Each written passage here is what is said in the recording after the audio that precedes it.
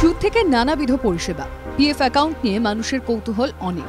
কিন্তু জানেন অবসর জীবনে ঠিক কত টাকা পেনশন পাওয়া যায় এই পিএফ অ্যাকাউন্ট থেকে? বর্তমানে দেশে লাখ লাখ কর্মজীবী মানুষের রয়েছে পিএফ অ্যাকাউন্ট। যে কর্মীর অ্যাকাউন্ট রয়েছে মাসিক হারে তার বেতনের 12% জমা হয় এখানে। পাশাপাশি যে প্রতিষ্ঠানে তিনি কাজ করেন সেই প্রতিষ্ঠান সমপরিমাণ টাকা এখানে জমা করে। এখানেই রয়েছে পেনশন ফান্ড। বর্তমানে সেখানে 8.33% হারে সুদ জমা হয়। সেই নিরিখেই তৈরি পেনশনের অঙ্ক। তবে পেনশন পাওয়া ও পেনশন তোলার ক্ষেত্রে রয়েছে বেশ কিছু নিয়ম। ইপিএফওর নিয়ম বলছে কোনো ব্যক্তির পিএফ অ্যাকাউন্ট 1 দশকের বেশি সময় থাকলেই তিনি পেনশন পাওয়ার যোগ্য। তবে পেনশনের টাকা পেতে আবেদন করতে গেলে তার বয়স 50 বছরের বেশি হতে হবে। তবে 50 বছরেই যে আবেদন করতে হবে এমনটা নয়। কেউ চাইলে 58 বছরের পরেও পেনশনের আবেদন করতে পারে।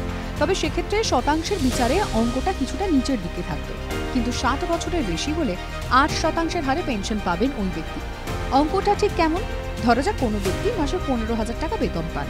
তিনি ওই সংশ্লিষ্ট সময় পেনশনের জন্য আবেদন করলে 1250 টাকা করে পেনশন পাবেন। তবে এক্ষেত্রে কোন বয়সে তিনি কাজ শুরু করছেন সেটাও বিশেষভাবে উল্লেখযোগ্য। আরও একটা উদাহরণ দিলে বিষয়টা আরও সহজ হবে।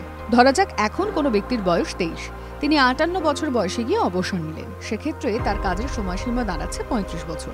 তাই কাজের সময় বেশি থাকলে স্বাভাবিক নিয়মে পেনশনের অঙ্কও কিছুটা বেড়ে যাবে। কিন্তু কেউ যদি আগাম পেনশন পেতে চান তাহলে তার সুদের হার অনেকটাই কমে যাবে। টিভি9 বাংলা ডিজিটাল। আপনার সমস্যা দিনে দুপুরে ডাকাতি করে পরেও অশান্তি হচ্ছে, আপনাদের কোনো অসুবিধা বাড়িতে থাকতে পারছি না, ঘটনা হোক বা দুর্ঘটনা, বিস্ফোরণ স্থলের একেবারে কাছে ব্যানারগুলো খুলে ফেলা হচ্ছে, রীতিমতো ধূলিসাৎ হয়ে গিয়েছে স্টুডিওয় নয়, সোজাসুজি হটস্পট থেকে আমি শর্মিষ্ঠা। দুটি নৃশংস হত্যাকাণ্ডের অভিযোগ উঠে আসছে। শুধু আপনার কথা, শর্মিষ্ঠা মানে খবরের হটস্পটে আপনাদের নিয়ে যাবে। হটস্পট সোম থেকে শনি সন্ধ্যে 7:30টায় টিভি9 বাংলায়।